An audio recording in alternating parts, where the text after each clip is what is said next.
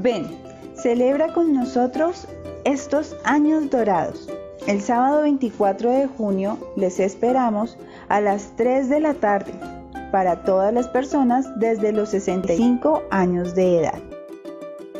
En junio, papá lo merece todo.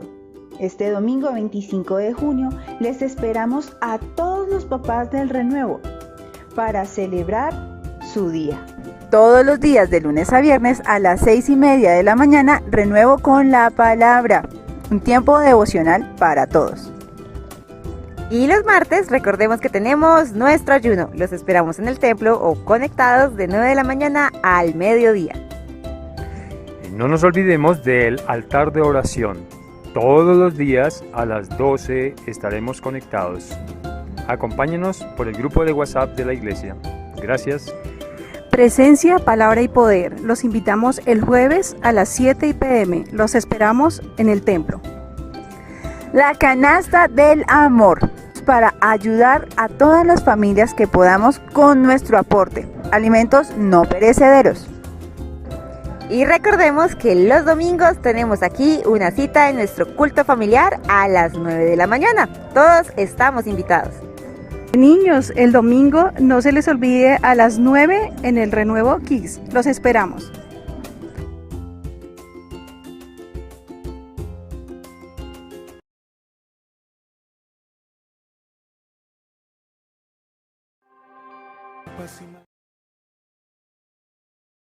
Vamos a la palabra. Los niños van a ir con su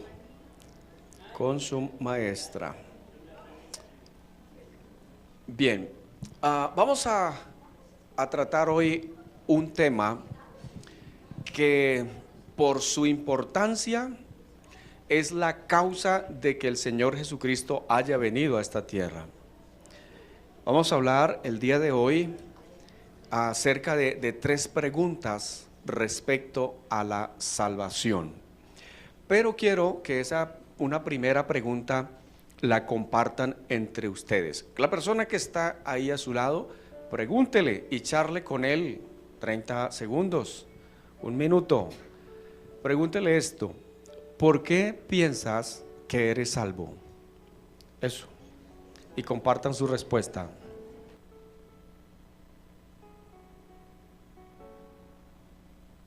Imagino que ya escuchó usted alguna respuesta así breve. ¿Sí? Por acá, ¿qué dijeron? ¿Por qué piensas que eres salvo?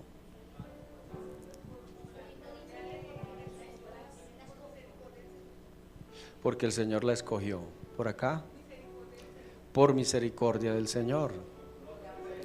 Por el amor de Jesús que murió en la cruz del Calvario.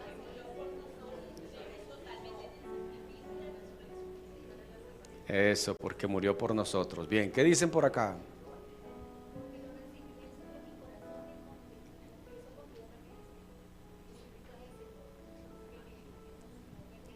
Eso. Bien, interesante. Por gracia y por medio de la fe. Muy bien. Hemos confesado su nombre. Señor, compró con su sangre. Sí, amén. Amén. Muy bien. Vamos a mirar la palabra. Primera carta del apóstol Pablo a Timoteo, capítulo 2, dice de la siguiente manera: exhorto ante todo a que se hagan rogativas, oraciones, peticiones y acciones de gracias por todos los hombres. ¿Por cuántas personas? Por todos. Y menciona algunas categorías: por los reyes y por todos los que están en eminencia. La oración por gobernantes o por reyes, etcétera, debe ser una oración por salvación. Y dice: para que vivamos quieta y reposadamente en toda piedad y honestidad. Si los que están en eminencia son salvos, pues los que no, pueden vivir reposadamente en toda piedad y honestidad. Porque esto es bueno y agradable delante de nuestro Dios. ¿Qué es lo que es bueno y agradable delante de Dios nuestro Señor? ¿Qué fue lo que dijo anteriormente? Que intercediéramos por la salvación de los que están en eminencia. Ahora, dice, el cual quiere, está hablando de Dios nuestro Salvador, quiere que todos los hombres sean salvos y vengan al conocimiento de la verdad.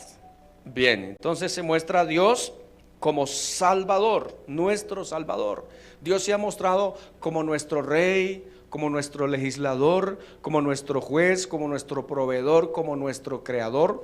Pero en este pasaje el apóstol Pablo dice nuestro Salvador, porque necesitamos salvación, ¿verdad? Entonces, según el versículo 4, ¿cuántas personas quiere Dios que sean salvos? ¿Está seguro? ¿Eso dice la Biblia? Sí, amén. No me haga dudar.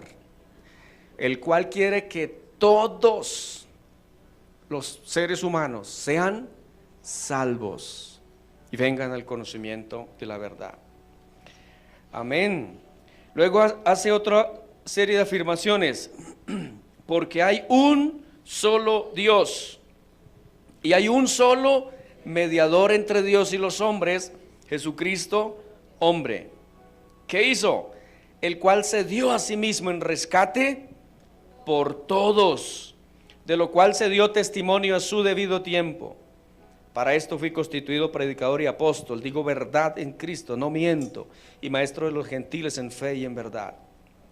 Quiero pues que los hombres oren, porque él comenzó el versículo 1 diciendo, exhorto ante todo a que se hagan rogativas, oraciones.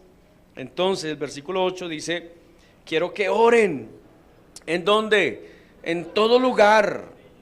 ¿De qué manera? Levantando manos santas, sin iras, sin contiendas. Amén. Entonces, amados, el deseo de Dios es que todos seamos salvos. Que todos seamos salvos. Bien. La primera pregunta que quiero que abordemos es la siguiente. Ahí está, siguiente diapositiva. ¿De qué necesitamos ser salvos? ¿De qué? Y hay tres respuestas. ¿Cuáles son? De la ira de Dios, salvos de la eterna perdición y salvos de esta perversa generación. Entonces, de la ira de Dios, Romanos 5:9 dice que está hablando de la obra que el Señor Jesucristo ha hecho por todos nosotros, y dice que mucho más, habiendo sido ahora justificados por su sangre, seremos salvos de la ira de Dios por medio de él. Salvos de la ira de Dios. Y aquí obviamente hay que hacer la claridad, porque hay distintas concepciones de Dios en el mundo, muchas cosmovisiones. Pero en este sentido, cuando nosotros vemos que la Biblia sí habla de este rasgo de Dios, que Dios se aira, que Dios se enoja. Por ejemplo, el diluvio fue una expresión del juicio de Dios. Sodoma y Gomorra igual. Las veces que el pueblo de Israel fue castigado, que fueron deportados, es por causa del que hicieron enojar al Señor, la ira de Dios. Entonces, ser salvos de la ira, y usted puede ir a ese capítulo 5 de Romanos y mirar todo el pasaje, todo el contexto, y se va a dar cuenta que la ira de Dios recayó en la persona de su Hijo Jesucristo. ¿Sí? Por eso Él fue a la cruz. Por eso el Señor dijo un día, Dios mío, ¿por qué me has desamparado? porque en esa eterna relación, como dice alguna canción, se interrumpió por ese momento, porque Dios no quiere nada con el pecado. No hay ninguna comunión entre la luz y las tinieblas. Y el Señor Jesús llevó el pecado de todos nosotros. Ahora, por su sacrificio, por su sangre, fuimos todos nosotros salvos de esa ira de Dios. ¿Y esa ira de Dios es qué? ¿Porque Dios le da por ser caprichoso? No, porque Él es justo. Y alguien que es justo, en su justicia, premia al bien y castiga el mal.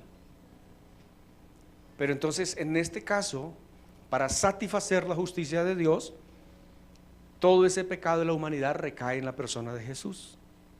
Y por eso es que si nosotros ponemos nuestra fe y confianza en Jesús, pues somos salvos.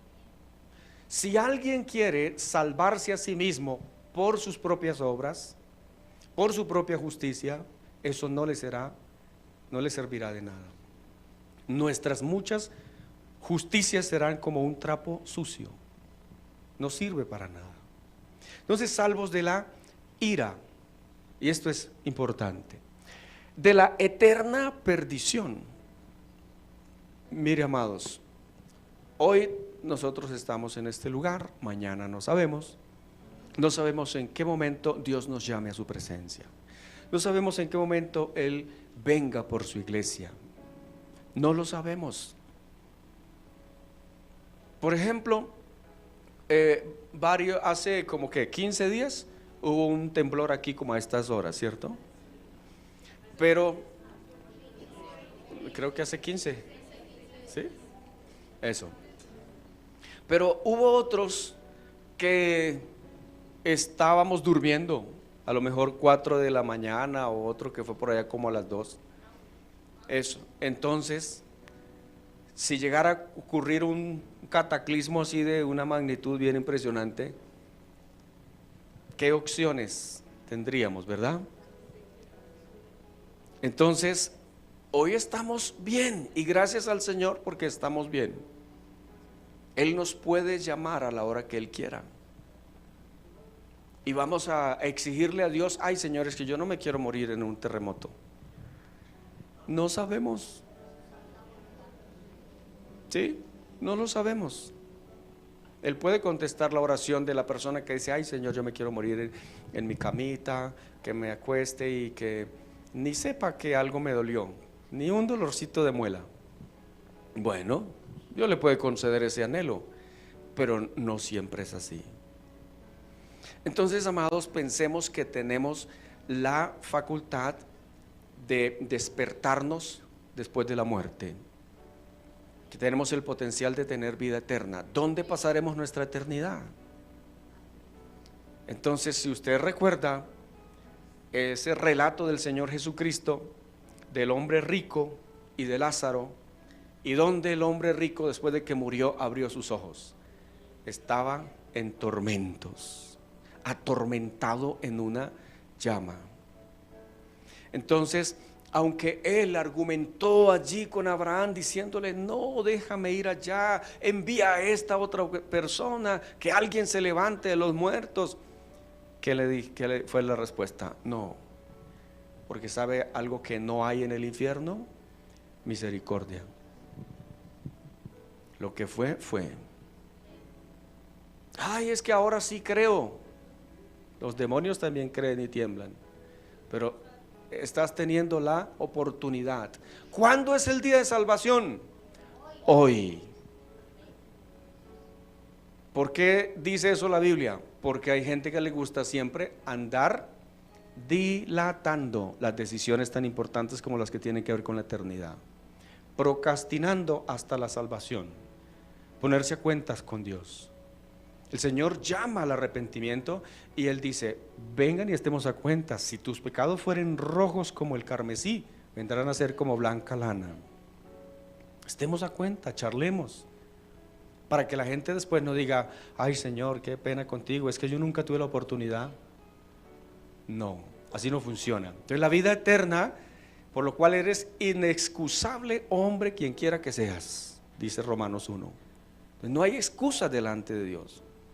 Si hemos tenido la oportunidad de escuchar el Evangelio, alabado sea el Señor. Entonces, 2 Tesalonicenses 1, 8 y 9 dice que el Señor vendrá en llama de fuego. ¿Para qué? Para dar retribución. ¿A quiénes? A los que no conocieron a Dios ni obedecen al Evangelio de nuestro Señor Jesucristo.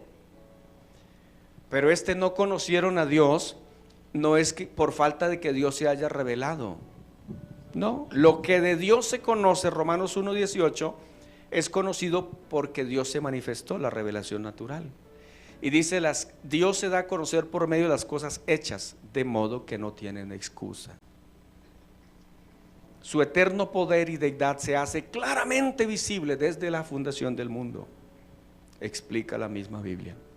Entonces, habrá una retribución para los que no conocieron a Dios ni obedecen al Evangelio de nuestro Señor Jesucristo, los cuales, ¿qué ocurrirá con ellos? Sufrirán pena de eterna perdición. La pena, la sentencia dictada sobre una persona que se opuso al Evangelio o que fue indiferente a las cosas de Dios. ¿Cuál es la pena? Eterna perdición. No es simplemente la pena de muerte, no es simplemente, no, es una cosa mucho más fuerte. Eterna perdición. ¿Qué ocurrirá en esa eterna perdición? Estarán excluidos de la presencia del Señor y de la gloria de su poder. Dije que en el infierno no había misericordia y tampoco habrá la presencia del Señor para acompañar a alguien allí. Será la ruptura más dolorosa que cualquier persona pudiera imaginar. Y todo esto que estamos hablando, amados, no es que se lo inventó por ahí alguien medio caprichoso que quería asustar a la gente con esa idea del infierno. Es la Biblia, es la palabra de la cual se dice, aún el cielo y la tierra pasará, pero mi palabra no pasará. Y Dios lo ha advertido. ¿De qué más necesitamos ser salvos? De esta perversa generación. ¿A qué nos lleva eso? ¿Qué dice la Biblia en Hechos 2:40? Que el apóstol Pedro estaba allí predicando justo el día de Pentecostés, y con otras muchas palabras testificaba y los exhortaba, diciendo, sed salvos de esta perversa generación. Y quiero hablar un poquito sobre esta palabra que aparece allí como perversa generación. Avancemos a la otra imagen y encontramos lo siguiente, que hay como estos niveles de maldad. En el primero, maldad, iniquidad, perversión. Realmente hay muchos, solo quise poner estos tres. Pero hay una página, hay un programa de televisión también que habla de 22 niveles de maldad, el cual los expertos en psicología y en criminalística forense han catalogado más o menos unos 22 rangos de índice de maldad, se llama así si usted quiere buscarlo. 22 categorías. ¿Y sabe quién es la más suave? La persona que asesina a otros accidentalmente. O sea, no hubo la intención, de todas maneras se murió. Y es lo más blanco, pero alguna implicación pudo haber. En fin, índice de maldad. Maldad, la maldad se refiere a la naturaleza o a acciones que son perjudiciales, dañinas o maliciosas. Implica la intención consciente de hacer el mal y causar sufrimiento a otros. La maldad puede manifestarse en actos de violencia, crueldad, engaño y odio. Se considera contrario a los principios morales y éticos. Entonces, este primer nivel de maldad, pero note que ya incluye la palabra violencia, odio, querer perjudicar a los demás, actos de crueldad. Usted, por ejemplo, en el capítulo 1 de Romanos encuentra unas 32 expresiones de maldad. Sin afecto natural, aborrecedores de Dios. Una cosa impresionante. Entonces, la realidad del mal en el mundo es una cosa muy cierta. No podemos decir que no existe, es una realidad objetiva. Desde la persona que abandona a una mascota, por ejemplo, hasta la persona que abandona a un niño, la persona que se deleita en el sufrimiento y en el dolor de los demás. Veamos lo otro. La iniquidad se refiere a la injusticia, la deshonestidad o la falta de rectitud en las acciones y actitudes de una persona. Quiero hacer la claridad que esta definición no es la definición del diccionario teológico, sino es la definición a manera general, porque la palabra iniquidad en el contexto teológico es mucho más fuerte. E incluso da a entender que pasa tras generaciones el tema de la iniquidad. Entonces, falta de rectitud en las acciones y actitudes de una persona es la transgresión deliberada y consciente de los principios y normas morales establecidos. La iniquidad implica una violación de la justicia y la equidad, y está asociada con la falta de integridad y la corrupción. La palabra que vuelve esto más denso que la anterior es la palabra corrupción. Es más fuerte. Ahora, perversión. Me llamó la atención enterarme de que en el contexto de los hebreos, cuando pueden referirse a una persona que es mala, o segundo a alguien que es impío, pero cuando hablan de una persona que es perversa, es el más malo de los malos. ¿Me explico?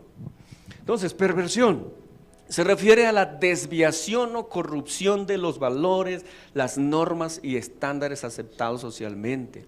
Implica una inclinación hacia el mal o lo incorrecto. Inclinación.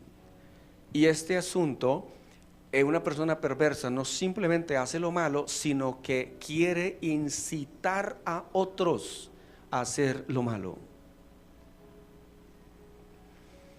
Por ejemplo, cuando alguien tiene el vicio del licor, y eso es socialmente aceptable, el licor, pero entonces le va a enseñar a los más jóvenes cómo tomar, y terrible cuando eso proviene de los papás,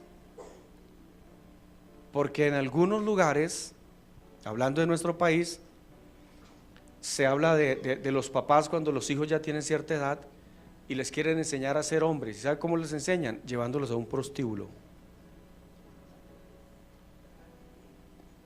Terrible. Ese papá tendrá que darle cuentas a Dios un día.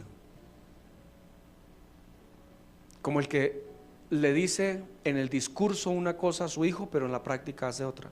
En la práctica miente, engaña o aborrece a los demás. Eso será lo que aprenda antes que el sermón, el modelamiento. Entonces, inclinación se caracteriza por comportamiento o pensamientos anormales.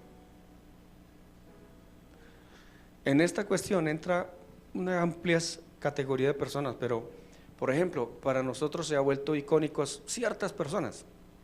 Digamos, Pablo Escobar.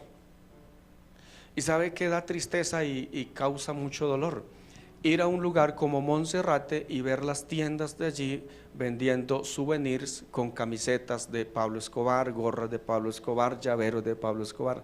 ¿Qué es lo que se le está vendiendo al extranjero? Que ese es un personajazo. ¿Y qué tiene en la cabeza una persona que participa de esa clase de comercio? Porque se le está haciendo una apología al mal. Lo mismo pasa en Doradal, allí donde está la hacienda Nápoles, o en algunos barrios también de Medellín, donde la gente acude, el extranjero, y quiere llevarse todo este tipo de cosas. Y todo eso se incrementa con las narconovelas. No nos llamemos a engaños, pero eso se publicita también. Entonces, desde distintos ángulos. Otro personaje icónico en nuestro país de alguien malo, Garavito, ¿cierto? Creo que lo que esta persona alcanzó a actuar en Colombia y en Ecuador fueron 7 años, pero en esos 7 años se convirtió en el asesino serial más fuerte del mundo, en esa especialidad de asesinar niños. Y eso deja muy mal parado a nuestro país en términos de investigación y de justicia, porque ¿por qué tantos? ¿Por qué tuvieron que pasar esos crímenes teniendo ese mismo perfil y no darse cuenta? O sea, habla de un descuido social y habla de verdad. Algunas personas se refieren a esto como una enfermedad, y yo no estaría tan de acuerdo que sea una enfermedad, porque una enfermedad es algo que se puede curar y se asocia con algo, no sé, fisiológico. Pero esto es un comportamiento realmente pecaminoso. Pecaminoso. La enfermedad funciona como una analogía, ¿sí? O sea, Isaías 1 dice que es podrida, llaga, hinchazón, etcétera, hablando de la maldad, como una analogía. Pero a ciencia cierta no es tan enfermedad, es algo pecaminoso y condenable. Entonces, pensamientos anormales, retorcidos, moralmente reprensibles. La perversidad implica una inversión de lo que es considerado como correcto o adecuado en una determinada sociedad. Entonces, amados, cuando nosotros decimos que era la voz del apóstol Pedro en el mensaje del segundo capítulo de Hechos, decía: sed salvos de esta perversa generación. Y el mundo está así. Y cuando el Señor le dolió en el corazón por haber hecho al ser humano, porque el designio continuo del pensamiento de su corazón era solamente el mal, dice Génesis capítulo 6. Entonces, ¿qué nos hace pensar a nosotros? Y miren, nosotros como iglesia oramos, y la iglesia está llamada a ser luz del mundo, sal de la tierra, y a ser, escuche esto, el estandarte moral del mundo, columna y baluarte de la verdad. Así la define el apóstol Pablo escribiéndole a Timoteo, que eso es la iglesia. Y para algunas personas quieren que la iglesia esté entre más calladita se ve más bonita. Y no, la iglesia necesita alzar la voz porque tiene un rol profético frente al anuncio de la buena noticia, pero frente al denuncio del pecado, de la inmoralidad, de la maldad. No podemos silenciarnos. Exactamente, usted lo ha dicho. El que sabe hacer lo bueno y no lo hace, le es pecado. Entonces, en este primer aspecto, esta pregunta de qué necesitamos ser salvos, de estas 3 cosas. ¿Cuáles cosas? Vuélvelo atrás, Sandrita. Entonces, salvos de la ira, salvos de qué más? De la eterna perdición, y salvos de esta perversa generación. Y solo tomamos lo de perversa generación. Lo otro usted lo puede ir estudiando. Pero este mensaje, hermanos, de salvación cumple 3 objetivos. 1, si alguien dice: yo no estoy tan cierto de ser salvo, entonces hoy es el día de salvación. Pero también a la persona que dice: no, yo soy salvo, entonces este mensaje tiene la intención de despertar la pasión por anunciar a aquellos que no conocen al Señor. Y número 3, el tercer objetivo de un mensaje como este es que nos capacita para hacer claridad en aquellas cosas que la gente requiere saber para ser salvo. Bien, sigamos la segunda pregunta. Y esta tiene que ver con lo siguiente: ¿es importante la salvación? Parece pregunta retórica, pero no. Entonces, por las siguientes razones. Primero, te reconcilia con el Padre si eres salvo, lo cual implica que si no eres salvo, estás peleado con tu Creador. La otra, te da vida eterna. Pero esa es la razón mayor. La otra, te da paz verdadera. Entonces, te reconcilia con el Padre. Dice la Escritura en Romanos 5:10, es continuación del otro versículo que leímos anterior. Dice, porque si siendo enemigos fuimos reconciliados con Dios por la muerte de su Hijo. Mire, el pecado es tan malo que el pecado causa muerte. ¿Y qué es pecado? Es la transgresión de toda orden dada por Dios. Cuando alguien quisiera definir pecado, ¿qué es pecado? Teológicamente, pecado es errar el blanco. Pecado es toda rebeldía. Pecado es toda desobediencia. Pecado es toda iniquidad. Pecado es toda maldad. Entonces cabe en muchas facetas esa definición. Pecado. El pecado produce muerte. La paga del pecado es la muerte. Y en la carta a los Hebreos el Señor explica y dice que sin derramamiento de sangre no hay remisión de pecados. Alguien tiene que morir. Por eso en Proverbios dice, se define qué es el temor a Dios. ¿Y sabe cómo dice que es el temor de Dios en Proverbios? Dice, el temor de Dios es aborrecer el mal. Aborrecer el mal. Cuando nosotros aborrecemos el mal, entonces nos ponemos del lado del bien. Pero note esto. ¿Quién tuvo que morir para que nosotros fuésemos salvos y perdonados? El Señor Jesucristo. Por eso digo, sin derramamiento de sangre no hay perdón de pecados. Anteriormente, los pecados se le transmitían o los sustituía un cordero. El oferente ponía la mano sobre la cabeza del animal, el sacerdote degollaba al cordero y ahí estaba diciendo que los pecados de esa persona se depositaban en un sustituto. Pero cuando Juan el Bautista vio a Jesús, dijo, he aquí el Cordero de Dios que quita el pecado del mundo. Entonces en Romanos se explica, si siendo enemigos fuimos reconciliados con Dios por la muerte de su Hijo, mucho más estando reconciliados seremos salvos por su vida. Y no solo esto, sino que también nos gloriamos en Dios por el Señor nuestro Jesucristo, por quien hemos recibido ahora la reconciliación. Entonces somos reconciliados. Si a nivel humano nosotros nos alegramos el día que, digamos, la novia se peleó con el novio, pero luego se reconciliaron, ¿hay felicidad? Sí, claro. Si el esposo y la esposa se pelearon y se separaron y si me voy para la casa de mi mamá, pero a los 8 días se reconciliaron, ¿hay felicidad? Claro.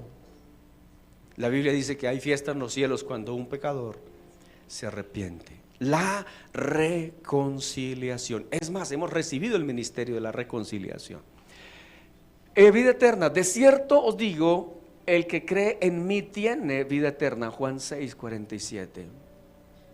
Cuando él estaba hablando del pan que descendió del cielo. Vida eterna. Si usted tiene a Cristo, tiene vida eterna. No vendremos a condenación. Aun si morimos, Él nos resucitará.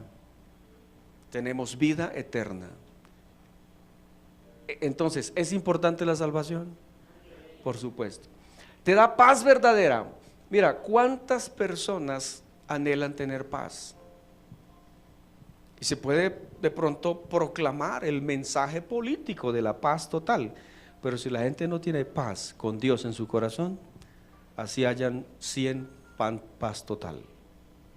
Lo mismo pasaba en el Imperio Romano, la Pax Romana. Jesús dijo, mira, mi paz os dejo, mi paz os doy, no como el mundo la da. Porque Él la da ¿dónde? En el corazón. Ahí comienza, con Dios. Se expresará en el hogar, en las relaciones, en el matrimonio, con los hijos, con los vecinos y con todo el resto del mundo. Pero Él es el príncipe de paz. Él es el verdadero Shalom. es el Señor, te da la paz verdadera. Justificados pues por la fe, tenemos paz para con Dios por medio de nuestro Señor Jesucristo. Esa es la verdadera paz que da el Espíritu Santo en el fruto del Espíritu, que es amor, gozo, paz. Que aun cuando estemos en una crisis terrible, pero Él nos da la paz que sobrepasa todo entendimiento. Llena nuestros corazones y pensamientos en Cristo Jesús. Y alguien te pregunta, pero estás en este problema y te veo tan tranquilo. Pero lo que no sabe es que tienes la paz de Dios en el corazón. ¿Por qué? Porque eres salvo. Esto es consecuencia directa de una relación con Dios. Pero el que no tiene esta relación con Dios, amados, no. Al rico no lo deja dormir la riqueza, dice Proverbios. Dichoso es el sueño del trabajador, coma mucho, coma poco, pero al rico no lo deja dormir la riqueza. Entonces, para ayudarnos a poner en perspectiva nuestra vida. En estos días hubo un asunto sobre los niños rescatados, ¿verdad? Casi 40 días. Qué fuerte esa niña de 13 años. Cuando orábamos y hablábamos en la casa sobre este tema y esta noticia, una de las cosas que yo pensaba era, realmente me preocupa más la bebé de 11 meses. ¿Cómo estará? Porque no se sabía, ¿verdad? ¿Cómo estará? Nos preguntábamos. Porque recordemos que se cayeron de un avión y están caminando por la selva. Y antes se le había hecho documental y especial a John Pinchao porque había escapado del secuestro de la FARC, siendo un policía con entrenamiento militar, y duró 21 días. Pero aquí 40 días y no tenía entrenamiento militar. Y una niña de 13 años cargando en sus brazos a una de 11 meses y otros dos carrampuchitos chiquitos. ¿Cómo hacer? Hay mosquitos, hay serpientes, hay arañas, hay alacranes, hay bichos, de todo, hermanos amados. Recuerda, hermana Estela, cuando fuimos a la selva del Chocó allá y duramos solo 2 noches y vimos un jaguar. Y ahora ahí en 40 días, eso es lo que nosotros decíamos, Dios mío, qué tremendo. Plena selva del bichada por allá metidos. Pero la siguiente imagen, Sandrita. Entonces, amados, qué bueno que los encontraron. Ellos necesitaban ser salvados, rescatados y buscados por gente que necesitaba invertir. Y se movilizaron de muchas formas, ¿verdad? Con 10,000 volantes en 2 lenguas repartieron allá, enviando kits de alimentación, y muchos de ellos los pudieron recoger con perros. Y ahora buscan a Wilson. Sí. Claro. Entonces, toda esta situación, amados, que necesitan ser rescatados, ser salvados, porque son niños muy frágiles.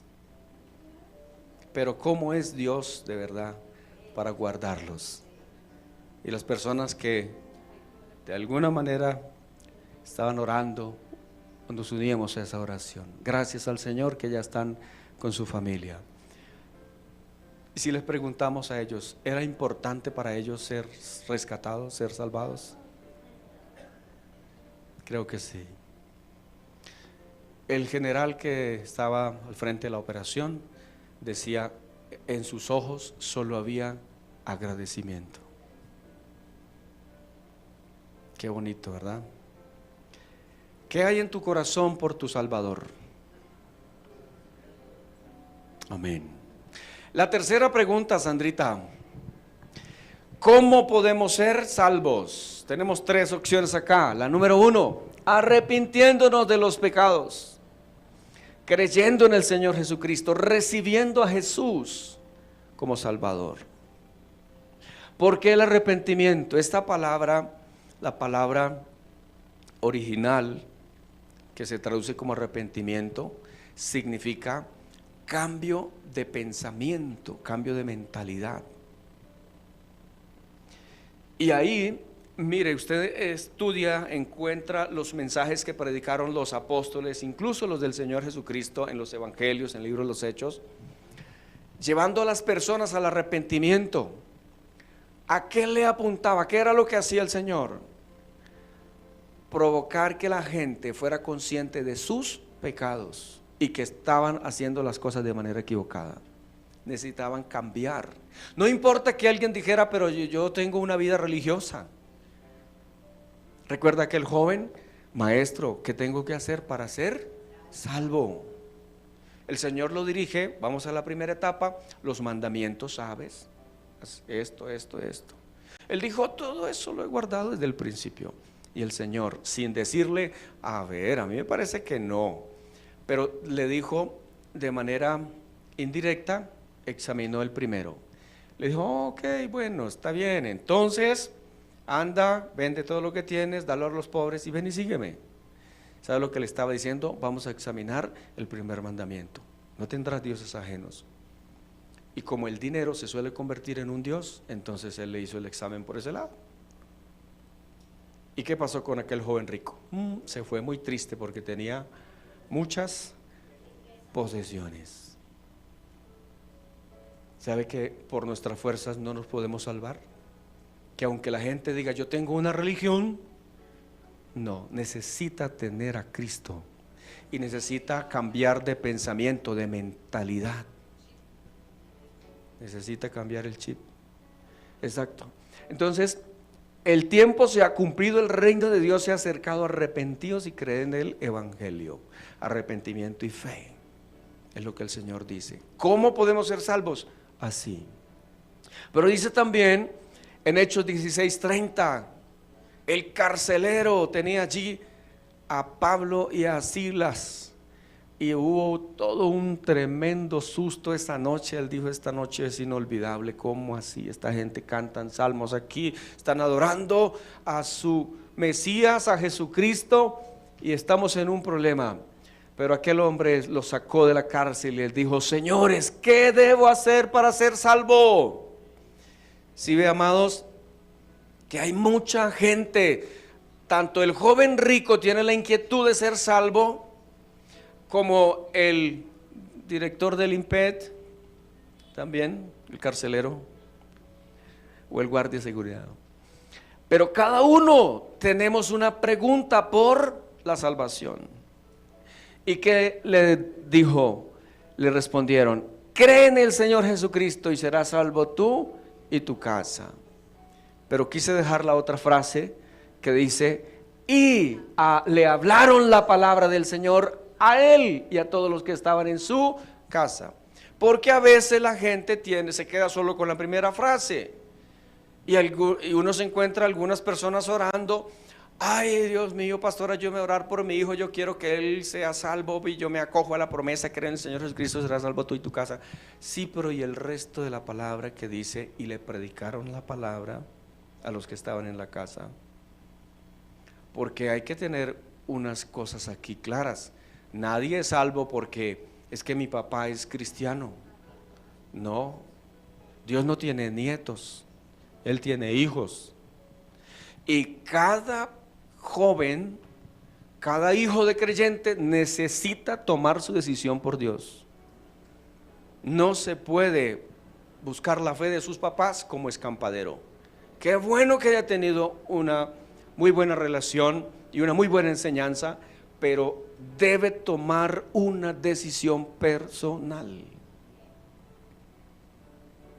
¿Cómo podemos ser salvos? ¿Qué tengo que hacer? Y recuerden que aquel hombre se iba a suicidar, ¿no? Estaba con espada y todo.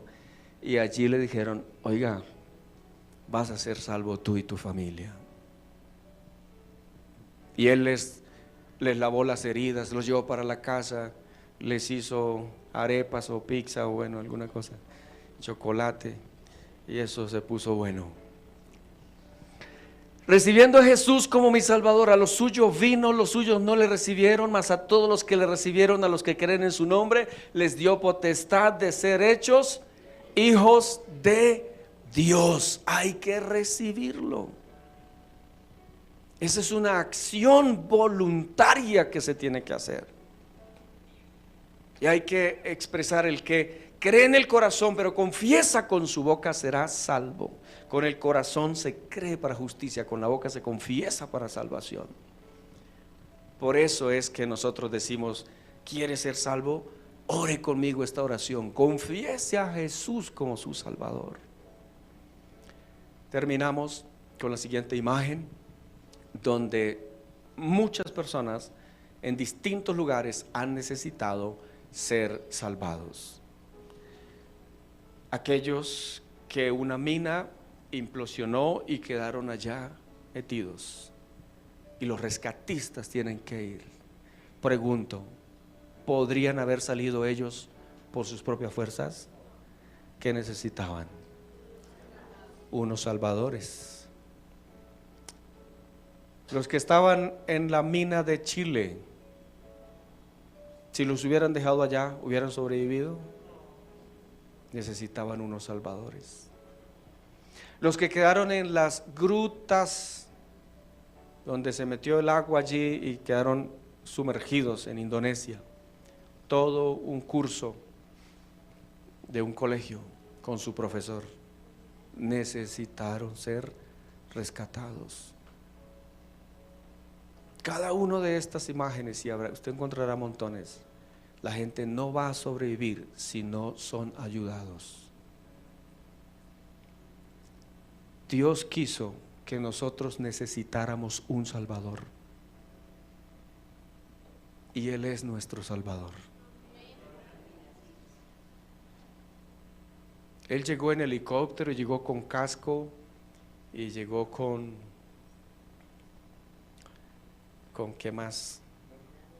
Con ruana, con perro, no llegó en helicóptero tampoco. Pero Él llegó a la cruz, y ese es nuestro Salvador. Y yo quisiera que el día de hoy, al orar, primero le demos gracias al Señor porque Él es nuestro Salvador. Hay un solo Dios y un solo mediador, Jesucristo hombre. No son nuestras obras, no es la sabiduría, la inteligencia de nadie, es el Señor.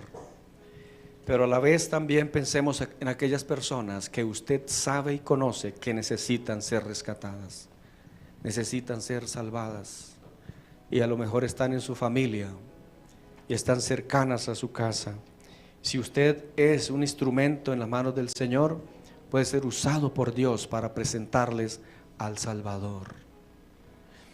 Y Padre Celestial, muchas gracias porque viniste, Señor, a rescatarnos. No podíamos salvarnos por nuestras propias fuerzas, pero en ti el día de hoy estamos seguros, estamos en el mejor lugar.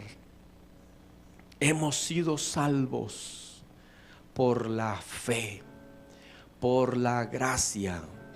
Hemos sido salvos por la sangre del Cordero.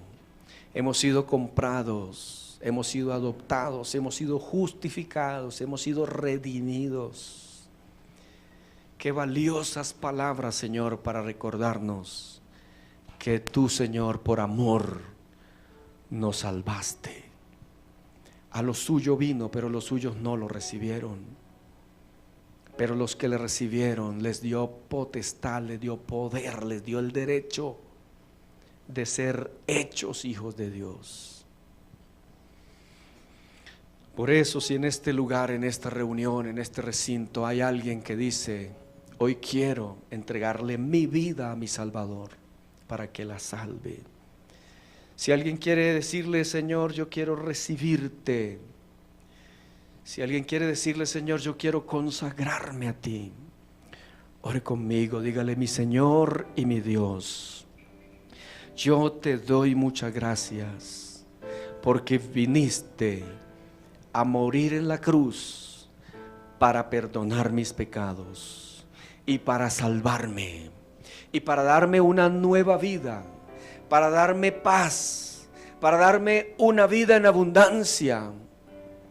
Gracias te doy, Señor, por esta obra que hiciste en el Calvario. Hoy, Señor, asumo compromiso contigo. Hoy te acepto y te recibo como mi Señor y mi Salvador. Escribe mi nombre en el libro de la vida, que nunca sea borrado de él jamás. Señor, quiero ser un instrumento de salvación para otros, para presentarte a ti, a aquel que no te conoce, a mis sobrinos, a mis primos, a mis tíos, a los abuelos, a los nietos, a los yernos, a las nueras. Dile: Señor, yo quiero ser un instrumento dispuesto en tus manos, Señor, para ir a la familia, al que está en tinieblas, en oscuridad. Ayúdame, oh Dios, Señor, para ser capacitado por tu palabra, para presentarte a ti, a otros, en el nombre de Jesucristo de Nazaret. Tú dijiste, Señor.